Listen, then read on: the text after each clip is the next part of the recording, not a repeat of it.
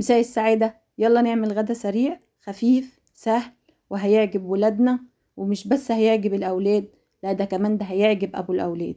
يلا كده تعالوا هنقولك هعمل ايه النهاردة.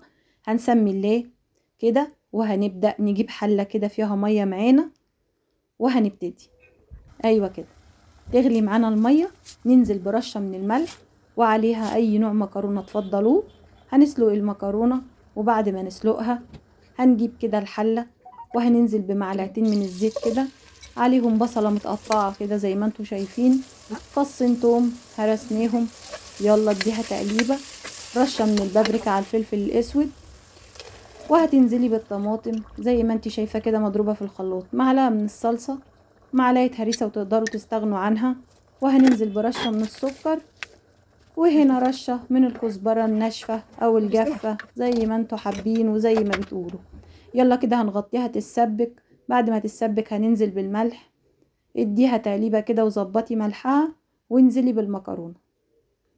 ايوه كده خلصنا المكرونة، اديها تقليبة حلوة واوعدك ان انتي هتاكلي اطعم والذ مكرونة. خلاص كده خلصنا. يلا بقى تعالوا معانا هنا ايه صدور من الفراخ او البانيه معانا زي ما انتوا شايفين. بالطريقة دي هنعملها بتتبيلة حلوة سهلة بسيطة بطعم مميز، فلفل اسود عليها، كزبرة جافة، هننزل بكمون كده زي ما انتوا شايفين، توم باودر، ومعانا هنا شطة جافة بس انا هستغنى عنها، وهاخد معلقة من بهارات المشاوي، فيها برضو شطة، فيها ورق لوري، فيها حبهان، فيها كل حاجة.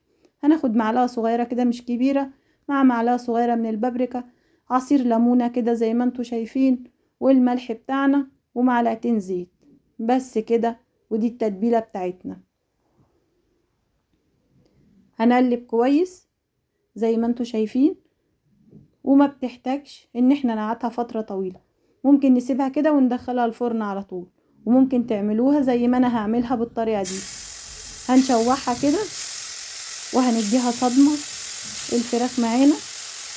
ايوه كده ابتدي بقى يلا كده قلبيها على الوش التاني، وهنكمل كمية الفراخ بالطريقة دي.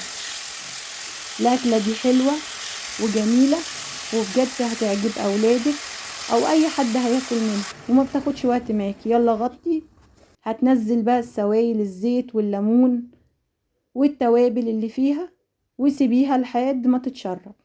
هنغطيها مرة تاني وما بتاخدش أكتر من 10 دقايق، ما بتكملش أكتر يعني من 10 دقايق 12 دقيقة معاكي. خلاص كده الفراخ بتاعتنا دخلت على سوا. هننزل ببصلة مقطعينها كده شرايح زي ما انتوا شايفين، واحنا مش عايزين البصل يتهري معانا خالص.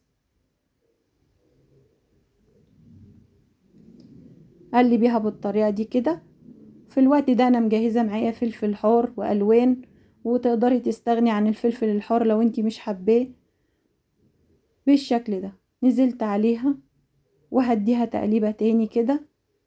هنشوح الفلفل مع البصل مع الفراخ دقيقتين مش اكتر، واخر حاجة هنزل بيها معلقة من دبس الرمان على الكلام ده كله. ايوه كده نزلنا بدبس الرمان، هنقلب واكلتنا خلصت معانا.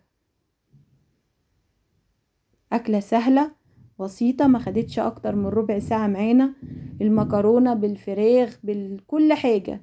تقدروا بقى تعملوا جنبها سلطة خضراء، تعملوا جنبها بطاطس مقلية زي ما انتوا حابين واللي يعجبكم. تعالوا بقى نقدمها ونشوف هنقدمها ازاي. تقدروا طبعا تعملوها كده زي ما انا هعملها، وتعملوا لكل واحد طبق بالطريقة دي. انا هقدمها كده بالطريقة دي، وهعمل لكل واحد من اللي هياكل طبقه.